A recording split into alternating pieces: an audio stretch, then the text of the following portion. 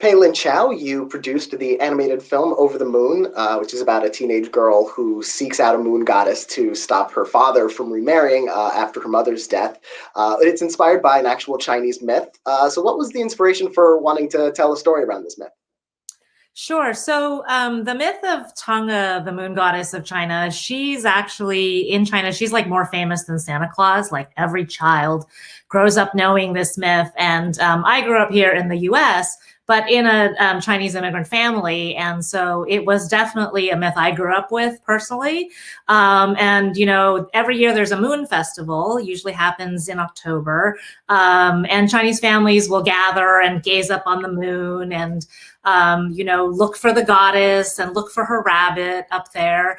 And for me, it's a very kind of cherished family tradition.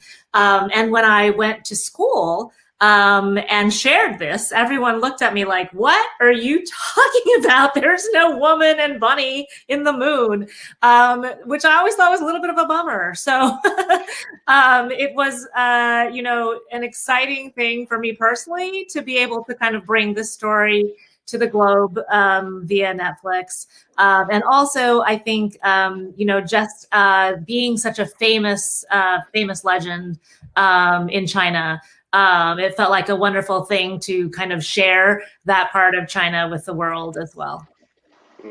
And you know, the script was written by Audrey Wells, who sadly passed away a couple of years ago. So you know, she wasn't able to see the film's release. But what was it like working with her and sort of carrying on like after that tragic loss?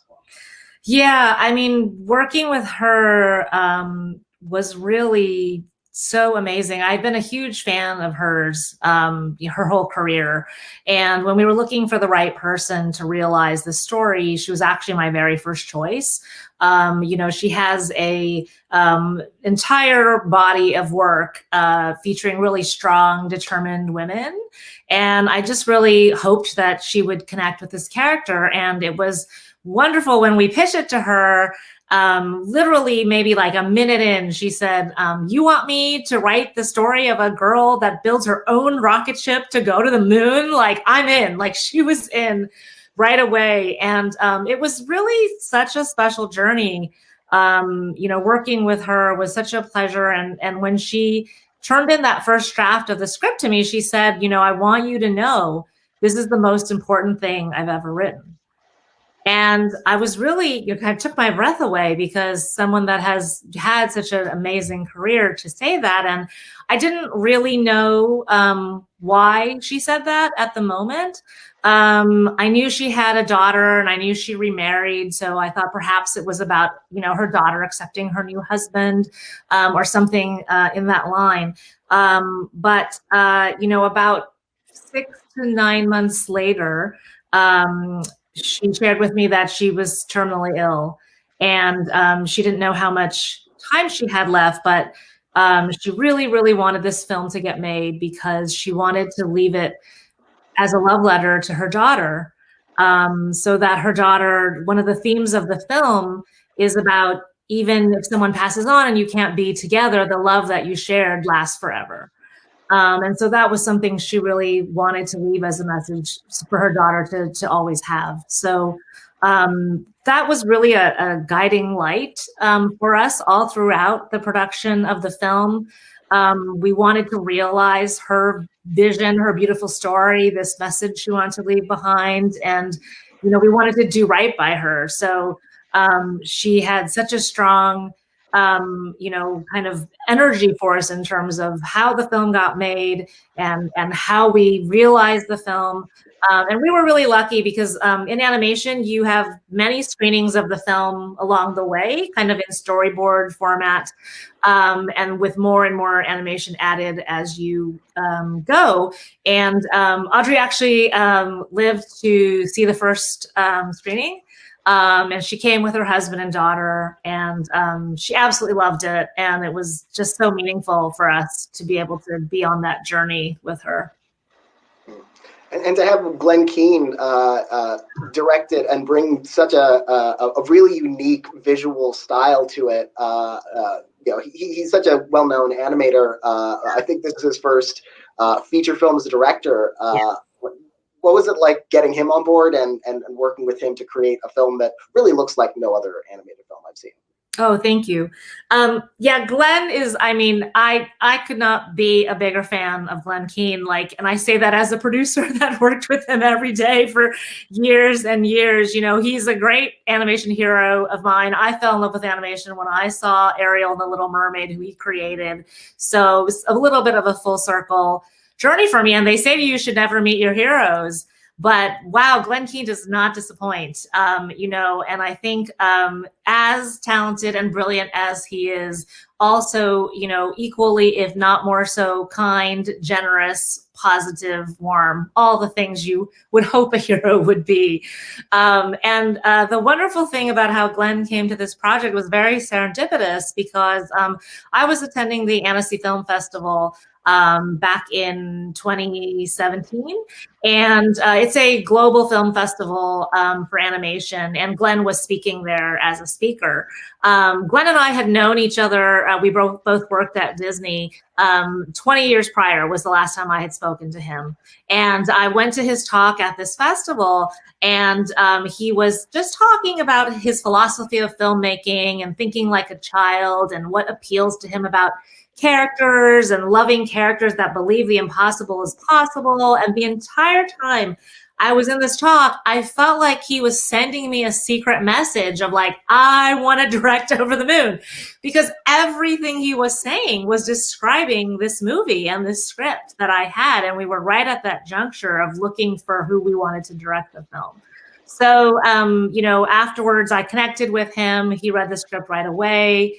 He and his producer, Jenny Rim, you know, both said they were crying by page 20 and like really, really wanted to come aboard and meet Audrey and learn more about the film. So he came aboard pretty quickly. And, you know, the amazing thing about Glen is he's like really famous for kind of bringing animated characters to life in a real and nuanced way that is at such a high bar. And I knew that this was really an emotional story that was going to need that nuance in terms of the skill of the animation and the vision of the film and the bringing out the emotion of it. And so, you know, Glen, it's like, who could you ask for better to do that? I just felt so blessed that he responded to the project. And, you know, it was truly, truly one of the highlights of my career, if not the highlight, to produce this film with him. And one of the things about animation is that, you know, any one animated film takes years to you know, produce from beginning to end. So like, you know, you're the chief creative officer for Pearl Studio, and so you made Abominable, and yeah, how many things do you need? Like, how many logs do you have in the fire at any one time, and how much juggling is that?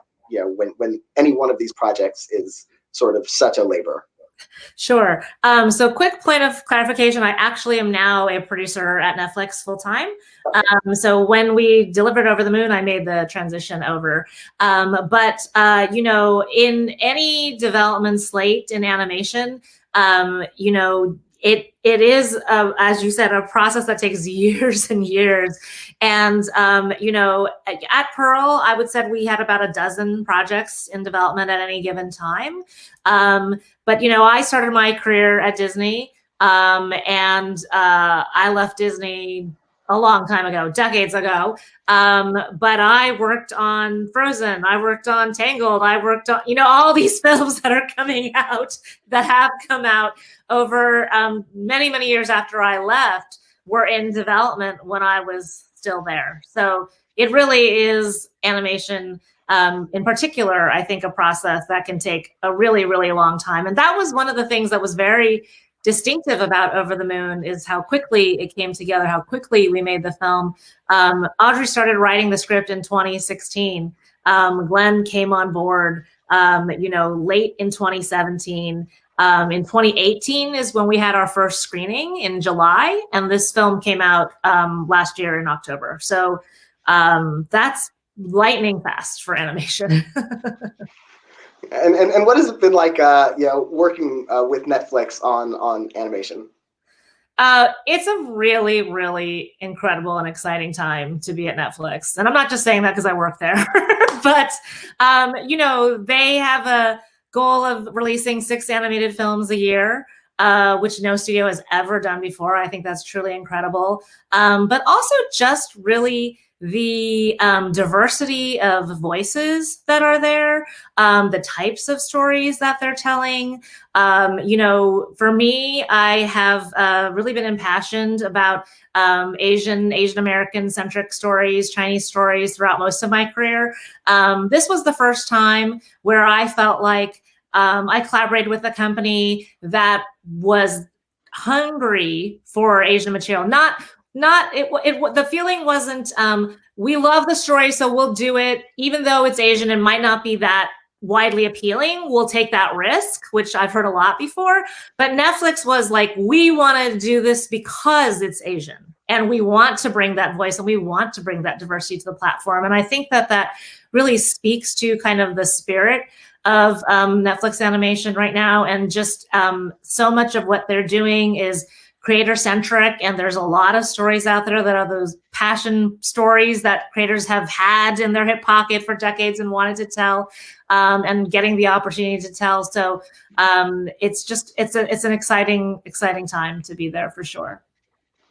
Well, congratulations on Over the Moon, and thank you so much for talking with me. And we will bring you back in a little later to join our group chat. Great, thank you so much. My pleasure.